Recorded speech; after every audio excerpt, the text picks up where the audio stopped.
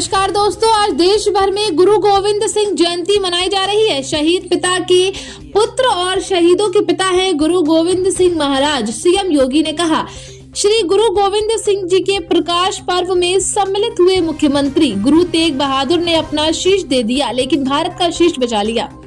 सिख गुरुओं का गौरवशाली इतिहास प्रदान कर रहा है प्रेरणा। योगी आदित्यनाथ ने कहा, गुरु तेग बहादुर ने अपना शीश दे दिया, लेकिन भारत का शीश बचा लिया। 4 मुए तो क्या हुआ, जीवित कई हजार। जाति भेद व छुआछूत को समाप्त करने के लिए खालसा पंथ की स्थापना सिख गुरुओं की गौरवशाली इतिहास प्रदान कर रहा है प्रेरणा।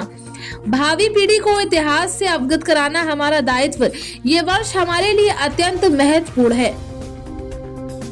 जब हम सुरक्षा की बात करते हैं और जब इस सम्मान की बात उसके साथ जोड़ते हैं, 2 चीजें बहुत महत्वपूर्ण है। याद रखना, किसी भी सभ्य समाज के लिए सुरक्षा पहली प्राथमिकता होती है, पहली आवश्यकता होती है। उसके बगैर सभ्य समाज की परिकल्पना नहीं की जा सकती। एक समय रहा होगा जब सतयुग रहा होगा, स्वतःस्फूर्त भाव के साथ सब लोग धार्मिक मूल्यों और नैतिक मूल्यों के साथ जुड़े हुए थे। लेकिन समय के अनुरूप वातावरण बदलता गया और फिर व्यवस्था को नियंत्रित करने के लिए उस प्रकार की व्यवस्थाएं भी समय समय पर बनती रही, बिगड़ती रही। और आज हम स्वतंत्र भारत में रह रहे हैं तो स्वाभाविक रूप से स्वतंत्रता का एहसास हो, लेकिन हमारी स्वतंत्रता दूसरे की स्वतंत्रता में बाधा न बने, इसके लिए इस देश ने जब आजादी का एहसास और आजादी के पूर्व देश की एक संविधान सभा बनी और संविधान सभा ने भारत को एक संविधान दिया। बाबा साहब भीमराव अंबेडकर ने जिस प्रदेश में पहले 100 नौकरी निकलती थी, 10 लाख लोग एप्लीकेंट होते थे, आज उस प्रदेश में जब निवेश आता है 40 लाख करोड़ का, तो अपने साथ 1.25 करोड़ नौकरी की गारंटी भी देता है। ये बदली हुई जो परिस्थितियां हैं, इसकी नींव में सुरक्षा और कानून व्यवस्था की बेहतर स्थिति कारण है। लेकिन इसके लिए हम लोगों ने अपने जवान भी खोए हैं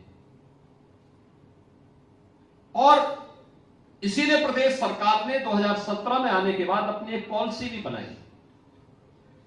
पॉलिसी बनाई कि कोई जवान सुरक्षा और कानून व्यवस्था की स्थिति को बनाए रखते हुए शहीद होता है, उसके परिवार का जिम्मेदारी सरकार लेगी।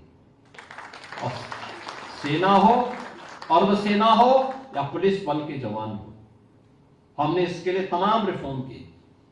ट्रेनिंग के तरीकों को बदला, उसमें उनकी क्षमता को बढ़ाया, पुलिस के अवस्थापना सुविधाओं को हमने विस्तार दिया, कुंभ का क्षेत्र विस्तार दिया गया है।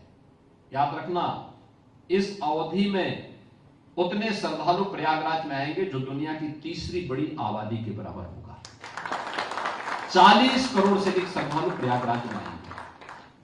12 से 15 किलोमीटर के घाट बनाए गए हैं। एक दिन में 10 करोड़ श्रद्धालु भी आ गए तो वह आसानी से त्रिवेणी में, मां गंगा, यमुना और सरस्वती की त्रिवेणी में वहां पे डुबकी लगा करके पुण्य प्राप्त करने के अधिकारी हो सकते हैं। कोई समस्या नहीं आएगी। स्वच्छ कुंभ है, इसके लिए 0 लिक्विड डिस्चार्ज पूरे सिटी के अंदर, पूरे कुंभ क्षेत्र में।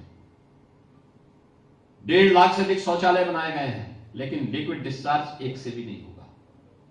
जैसे कोई एयरपोर्ट का या किसी एरोप्लेन में आप जाते होंगे, उसमें वहां के टॉयलेट को देखते होंगे, यह व्यवस्था आपको कुंभ में उन 1.5 लाख शौचालयों में भी देखने को मिलेगी। बड़े पैमाने पर वहां पर श्रद्धालु जनों का 40 करोड़ से अधिक श्रद्धालु आएंगे। 10,000 से अधिक